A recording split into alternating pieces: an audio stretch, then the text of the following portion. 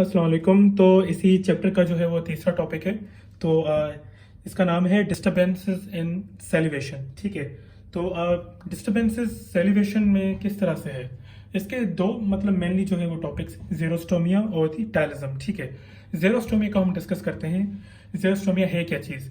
Xerostomia जो है मतलब कि सलाइवा का जो सीक्रेशन है ना वो बहुत ज़्यादा डिक्रीज हो जाती है ड्यू टू डिफरेंट कॉजेज। मतलब कि कोई एंटीकोलिनर्जिक ड्रग्स भी हो सकते हैं या फिर कोई और भी चीज़, रेडियोथेरेपी भी हो सकती है। मोस्ट डिफरेंट कॉजेज मैं आपको बताता हूँ। ठीक है।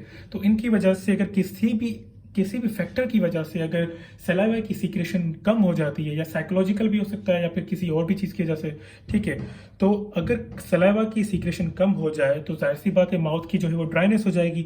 ड्राइनेस होगी तो ऑलरेडी अगर कोई भी चीज़ अगर हम सॉलो करेंगे तो जाहिर सी बात है उसमें डिस्फेजिया भी होगी, डिफिकल्टी इन सॉलोइंग, मतलब ठीक है। तो ज़ेरोस्टोमिया का बेसिक यही मतलब है कि अगर सलाइवा की सीक्रेशन कम हो जाएगी तो माउथ की ड्राइनेस हो जाएगी। ये एक डिस्टर्बेंसेस आ रही हैं मतलब सेलिब्रेशन में। ठीक है।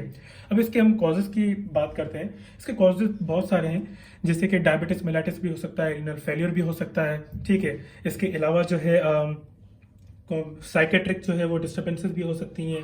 सर्टेन ड्रग्स मैंने आपको जो बताया कि एंटीकोलिनर्जिक ड्रग्स भी हो सकते हैं। ठीक है। रेडियोथेरेपी भी हो सकती है। इसके अलावा लीजन्स भी हो सकते हैं जो कि सेलिवरी ग्लैंड्स में आ सकते हैं। इंटरप्शंस आ सकती हैं कि मतलब कि सेलिवरी ग्लैंड्स तक जो पाथवे जो होता है बीच में, ठीक है, तो उनमें जो है इंटरप्शन आ जाए। ठीक है। इसके अलावा जो है माउथ ब्रीथिंग मतलब हम करते हैं जो because of due to the nasal obstruction. ठीक है। इसके अलावा जॉगरेन सिंड्रोम भी आता है। ठीक है। तो इनकी वजह से क्या होता है कि ज़ेरोस्टोमिया कंडीशन डेवलप हो जाती है। ठीक है। तो अब दूसरा जो है इसका मेन टॉपिक क्या है, टायलिज्म। ठीक है। टायलिज्म क्या है कि सलाइवा की एक्सेसिव सीक्रेशन हो रही है। ठीक है। Because of due to any condition या एनी फैक्टर। ठीक है। तो हम फैक्टर्स की बात करता हूँ मैं आपसे। इसके कॉजेज जो हैं बेसिकली यही है कि माउथ अल्सर्स की वजह से जो है वो सलाइवा की सीक्रेशन इंक्रीज हो सकती है, या फिर जो है पुअर ओरल हाइजीन की वजह से इंक्रीज हो सकती है, या फिर जो है वो ट्यूमर्स हो सकते हैं माउथ में और कैविटीज वगैरह में। ठीक है। सर्टेन ड्रग्स की वजह से हो सकती है, मॉर्निंग सिकनेस की वजह से भी हो सकती है। ठीक है। इसके अलावा साइकेट्रिक डिस्टर्बेंसेस जो है मोस्ट कॉमन कॉज है। ठीक।